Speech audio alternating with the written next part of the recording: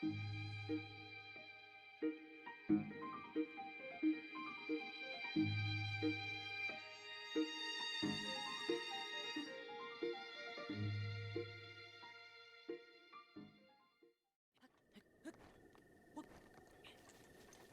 where are we at?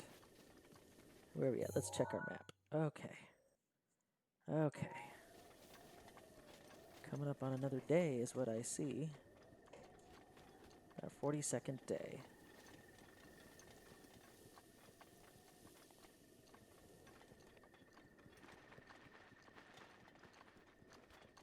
There's a lot of rock climbing in this stream. A lot more than I was expecting.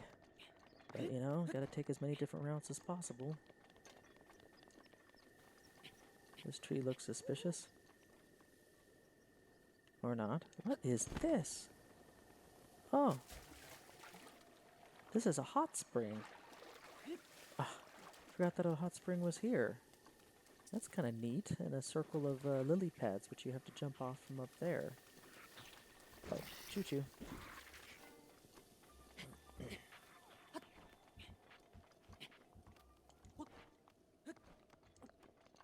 Oh my goodness.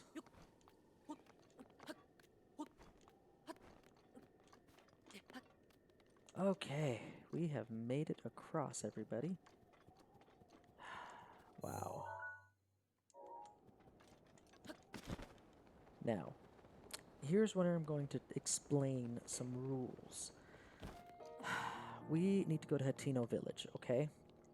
Because there's a statue there that's going to enable us to transfer stamina for health. And I'm going to need 13 hearts, so I'm going to have to transfer all of my extra stamina wheels for health. So I can get the 13 hearts to pull out that Master Sword. Now, between Hatino and Lost Woods, I'm going to not need to get hurt. I'm going to not need to lose more than 3 hearts of damage. If I do, I'm going to have to count that as a loss, and then reload and count my death, even though I didn't technically die, because that would still keep it under my 3 heart rule. So I have to keep close eye of my health and how much damage I'm taking. And if I don't restore it enough to keep within those 3 hearts, and hold on, where am I going? Where am I going? I need to go to Hatino, that way. So, yeah. And so I need to make it from Hatino Village all the way to the Lost Woods, pick up the Master Sword. Once I have the Master Sword, this is the one and only time. Because at that point, I've pretty much exhausted most of the easy routes to and from Hatino Village and the Lost Woods. I have crossed that area so many times. So in essence of time, this is going to be my one and only teleport. My one and only teleport. And I'm telling you in advance that I'm doing this. It's going to be from Lost Woods to Hatino, get back all of my health, and then from Hatino back to the Lost Woods, and then that's it. That's like my one and only teleport. And then from Lost Woods, I make it to Hyrule Castle on my own, and so on and so forth. Back to walking. So that is my only one and only warp is to and from Hatino from the Lost Woods. So, letting you know all up front, that's what I'm doing just to save time on recording and things like that. Because, honestly, there's really not much to be gained for me traveling back from Lost Woods to Hatino and there and back again twice. Just so I can get back down to 3 hearts. There's just nothing gained from that, from watching me doing that. Especially since I like to be frugal and judicious with my recording. So recording exactly what I need to. So the statue is right there.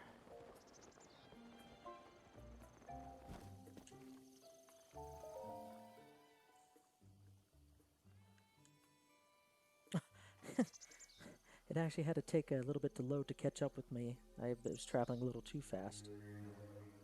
You can talk?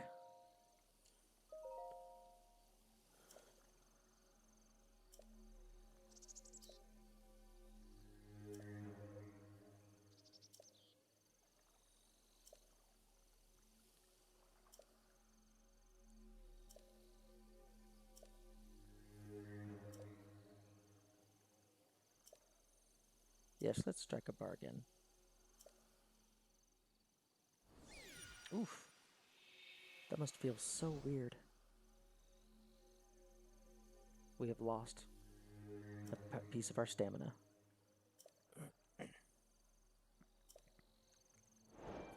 And it just leaves you like that, so you have to talk to him again.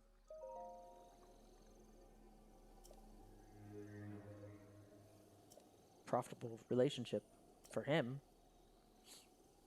Give me a heart. This is the only freebie he gives you.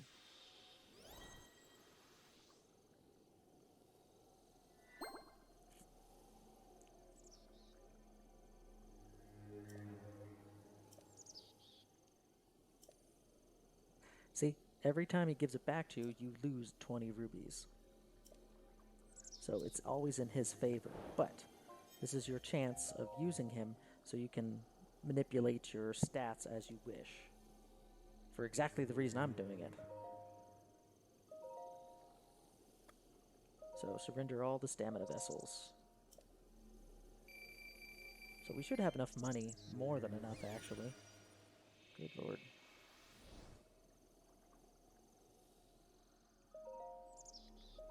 So we're going to just lose all of our staminas. I like how the game doesn't ask you to choose over and over and over again. It just says, do you want to keep going? Yes, please. And just keep... Oh, have another one. And just... no. I got to figure out... I just... have another one.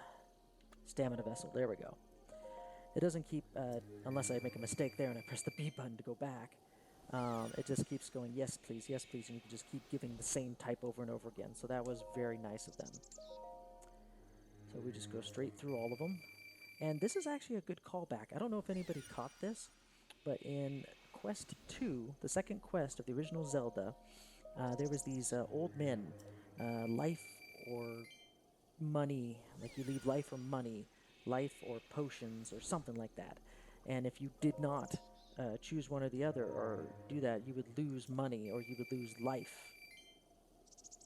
And so this is kind of like a nice little callback to that type of concept, except, you know, it's a statue, not an old man in a dungeon randomly. So, but I liked the callback, you know?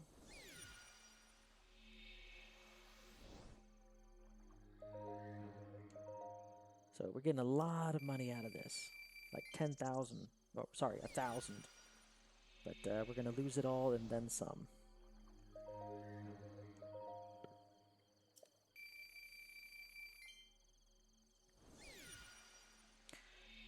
Okay. I want one back. Heart container.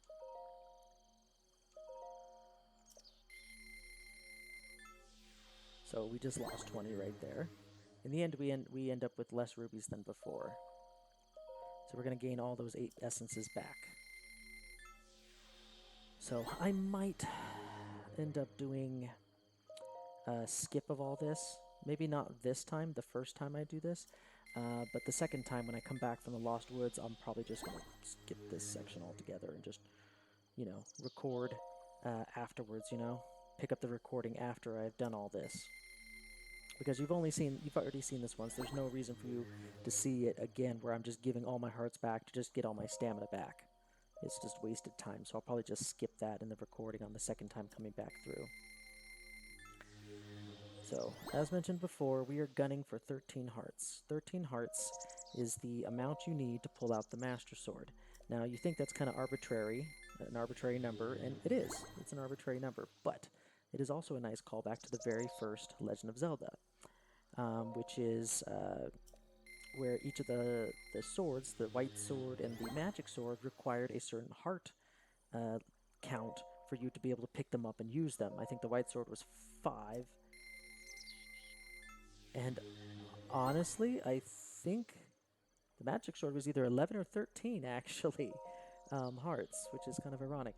And you're probably wondering why there's so many Legend of Zelda 1 callbacks, because a lot of people theorize that this is...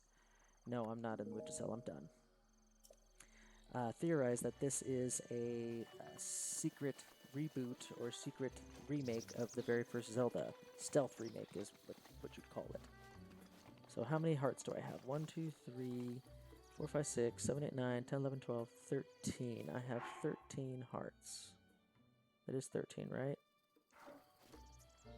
I can't tell. I think that's 13 hearts. We'll find out if I die at the Master Sword. In which case, we're going to have to do a huge splice cut.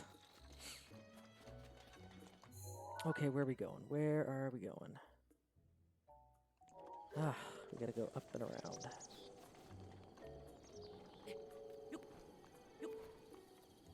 Oh my gosh, it feels so terrible not to have so much stamina anymore. It feels awful. I miss my stamina. I got so used to having, Where is this going? Where are you going? Oh, you're gonna take me up and over, aren't you? Yeah, you are. You're gonna take me up and over, Korok.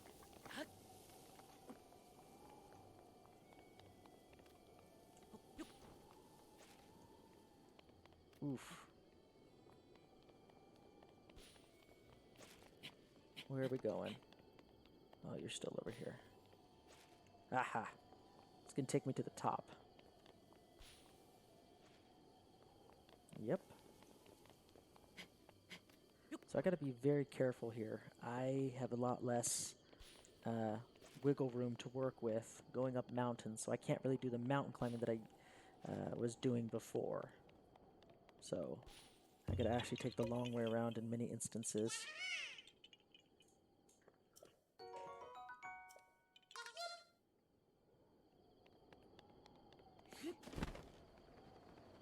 Like right here, climbing up this mountain.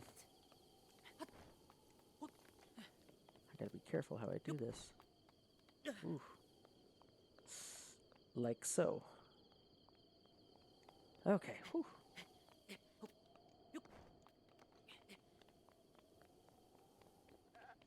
Now, if I recall, at the top is the broken heart Lover's Pond, which isn't really Lover's Pond at all. And there were some fairies up here, but I don't know if they appear if you have a bunch of fairies. No, they don't. They do not appear at all. Well, if you had less than, like, one fairy, then they would appear right there. Okay, so we're gonna just scoot ourselves right across the bay here. Yeah, I explored this area, I remember, and I got that shrine right there off on the cliff, and then from there I did Rivali's Gale. I think I had Rivali's Gale at the time, and just kind of went all the way to Eventide Island over there in the distance. So that was fun. But for some reason, I never went over to the south side of this area. Like, there's a Korok there, you can totally tell. But I never explored on the other side of this cliff where Lurelin Village is. I mean, we've got a couple NPCs in Hateno Village that mentioned Lurelin Village, but they never really tell you where it is other than to the south by the beach and stuff. So I never really knew where it was, and I didn't actually find it until my second playthrough. I had completely skipped right over Lurelin Village, and I think a lot of other people did too. It's kind of a hidden gem, if you will. A hidden oasis of beauty and culture and stuff like that. It's really neat. And let me see if I'm actually headed in that right direction, actually, since I don't have a map here. Oh gosh. Oh, there's Farosh over there. I see him. I saw a little bit of his tail. Oh no. Oh, must run. Must run.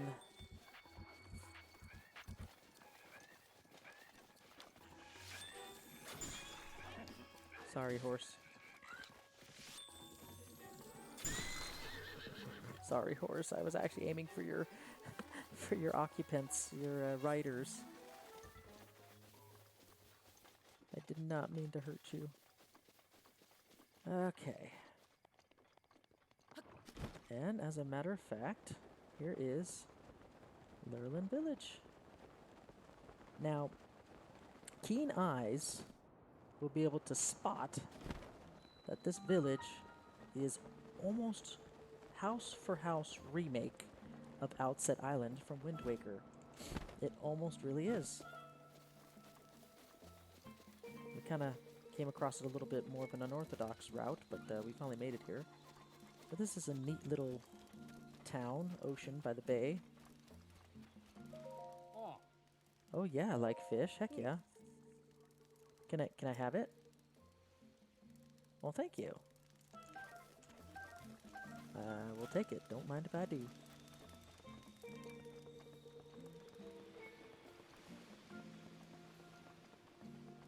Hi. Oh, that's right. They give you fish, crabs, octoballoons, shock arrows. A lot of stuff going on here. And I think there's some treasure out there. Is there some that's closer by? There's a rusty shield. Ooh, there's that. I don't really want to go out too far out in the water.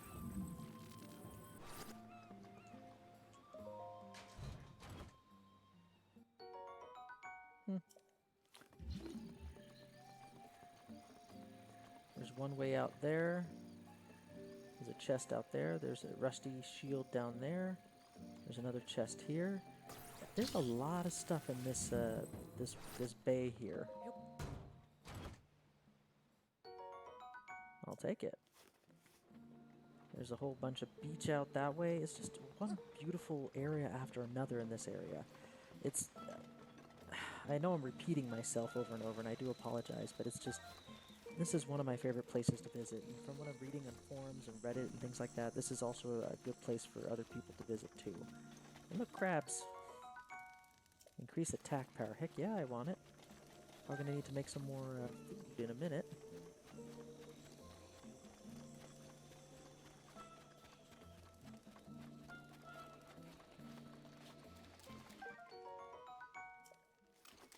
And that crow's nest up there, that's the exact spot, the exact crow's nest that Link was sleeping on when he was being woken up by his sister Ariel in the beginning of Wind Waker. So that's kind of cool. It's kind of like a nice little... I mean, this is the key focal point. So if you kind of look from here, it almost matches up house by house to Outset Island. So, kind of a neat little hidden homage, if you will, to that game. But I just kind of wanted to show this cool little area. If you haven't been to the southeast portion of the Hyrule map, go there. This is a very wonderful little area. And, of course, you have a shrine. 2 shrines, actually, if you count the Hinox quest.